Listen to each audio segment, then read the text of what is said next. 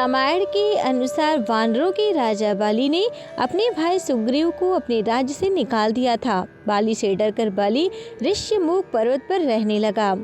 यहाँ उनकी मुलाकात श्री राम से हुई। श्री राम ने ही बाली का वध किया और सुग्रीव को उनका राज्य दिलाया। रामायण में बाली को इंद्र और सुग्रीव को सूर्य का पुत्र बताया जाता है। दो अलग अलग पिता की संतान होने पर भी वे भाई थे। इस रहस्य के बारे में बहुत कम लोगों को पता है। बाली और सुग्रीव के जन्म की कथा भी बहुत रोचक है। आइए जानते हैं। धर्म ग्रंथों के अनुसार किसी समय पर ऋष्यमुख पर्वत पर एक विशाल वानर रहता था। उसका नाम रीछराज था।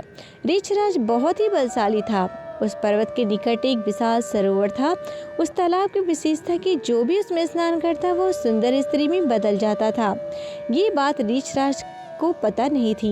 एक दिन रीछराज उस सरोवर में स्नान कर लिए।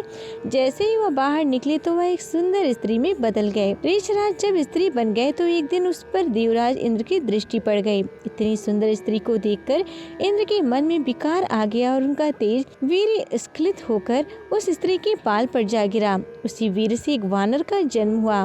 बाल पर वीर गिरने से उत्पन्न हुआ वानर का नाम बाली रखा गया। बाली अत्यंत बलशाली था। कुछ समय बाद जब वह सुंदर स्त्री ऋष्यमुख पर्वत पर घूम रही थी, सूर्य देवता की नजर उस पर पड़ी। सुंदर स्त्री को देखकर सूर्य भी उस पर मोहित हो गए। मन में विकार आते ही उनका वीर स्खलित होकर उस स्त्री के गले पर जा गिरा, जिससे एक अन्य वानर का जन्म हुआ। गले पर वीर गिरने से उत्पन्न हुआ वानर का नाम सुग्रीव रखा गया। सुग्रीव भी अपने भाई की तरह अत्यंत बलशाली था। इस तरह दो अलग अलग पिता की संतान होने पर भी बाली और सुग्रीव भाई थे।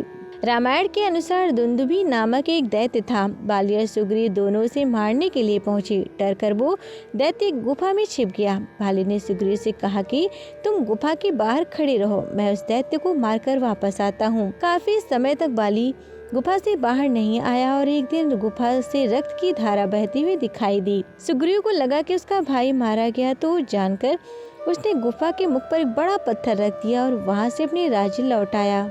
कुछ समय बाद जब बाली लौटा तो उसने देखा कि सुग्रीव राजा बन चुका है। उसे लगा कि राज्य पाने के लिए सुग्रीव ने गुफा के मुख पर पत्थर रखा था। ये जानकर उसने सुग्रीव को पीट कर अपने राज्य से बाहर निकाल दिया। बाली के डर से सुग्रीव अपने मित्र के साथ ऋष्यमुख पर्वत पर रहने लगा। यहीं उसकी मुलाकात भगवान श्री राम से हुई और उन्होंने बाली को मारकर सुग्रीव को किष्किंधा का राजा बनाया। Subscribe to our YouTube channel and press the bell icon to get the latest updates.